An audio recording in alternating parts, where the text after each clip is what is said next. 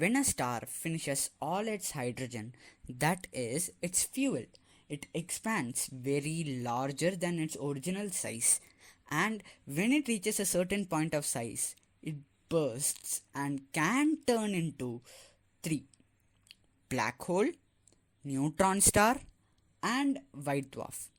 In any of these three, it can become on what size, temperature, and then how much mass it contains. We can discuss about white dwarfs and neutron stars in another video. The phrase black hole is simple enough, but it's hard to imagine one out there in space.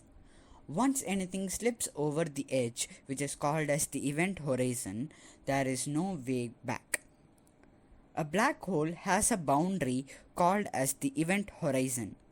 This is where gravity is just strong enough to drag light and prevent it from escaping. Singularity. Singularity is what you get when a giant star is compressed, which is it gains much pressure. It turns into an unimaginably small point like a hole, and that hole doesn't let anything escape from it. The accretion disk. The accretion disk's a disk of particles that forms when gas and dust fall towards the black hole and rotates the black hole. Quasars. Quasars are the brightest object in the universe. It is present above and below the black holes.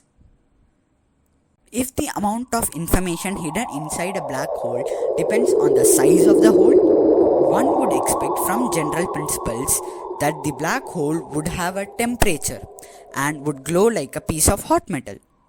But that was impossible because, as everyone knew, nothing could get out of a black hole. Stephen Hawking found that the black hole seemed to emit particles at a steady rate.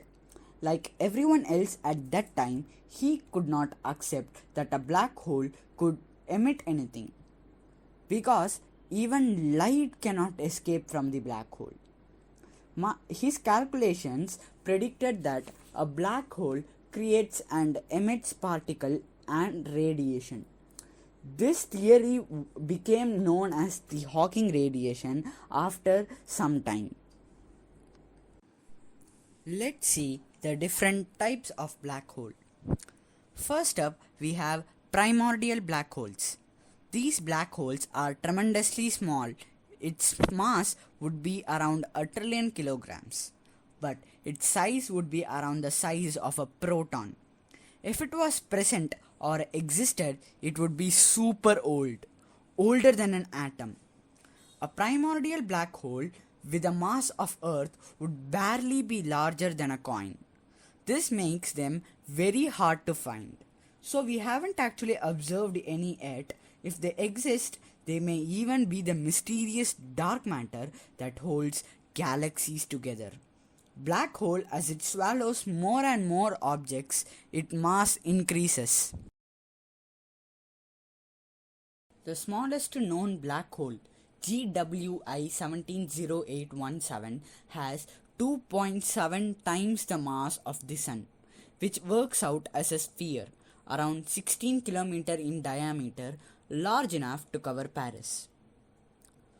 Another lightweight black hole is the companion to the V723 Mon red giant star.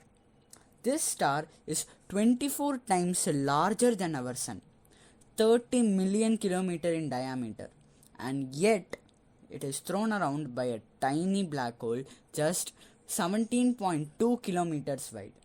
The tiny thing bullying the star is so much smaller that we can't barely even show them in comparison. And the biggest stellar black hole is M33X7. It is currently spending its time eating a star that is 100 times larger than the Sun. And here we hit a curious gap in scale.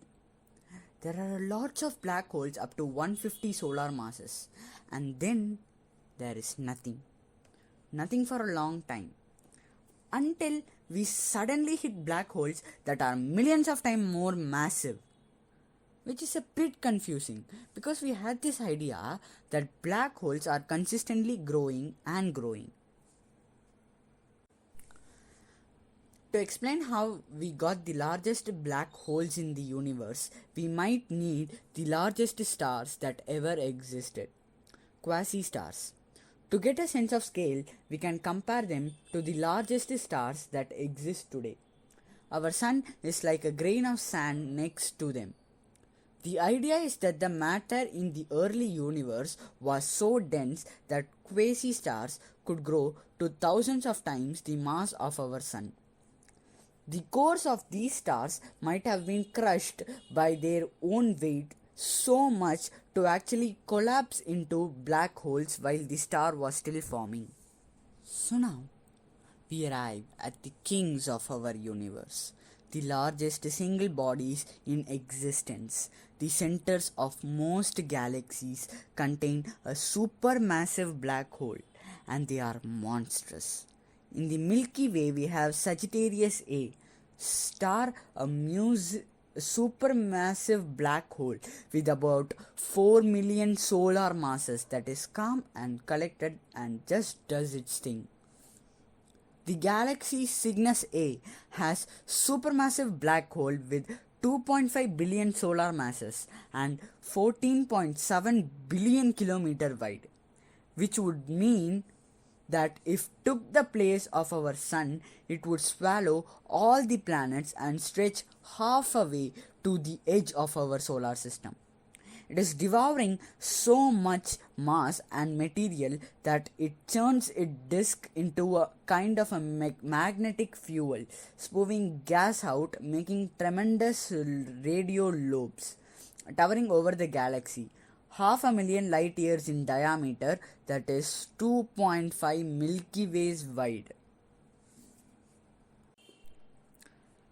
Now we reach the most massive black holes, perhaps the largest single bodies that will ever exist. These black holes have eaten so much that they've grown to tens of billions of solar masses. An accretion disk shining brighter than thousands of galaxies full of stars, so massive that they deserve a title of their own. Ultra-massive black holes. The ultramassive black hole at the center of the galaxy OJ287 is 18 billion solar masses. It is so big that it has a supermassive black hole nearly 40 times larger than Sagittarius A orbiting it. This thing defies imagination and is really hard to compare to anything. It can comfortably fit 3 solar systems side by side inside of it. Who's the winner of this insane contest? TUN 618.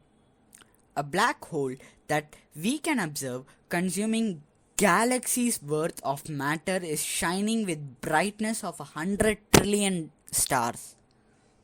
Visible from 18 billion light years away, it has an incredible 66 billion solar masses.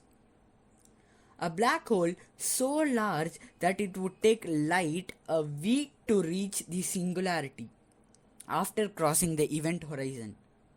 About 11 solar systems could sit inside of it side by side. It may very well be the largest single body in the universe.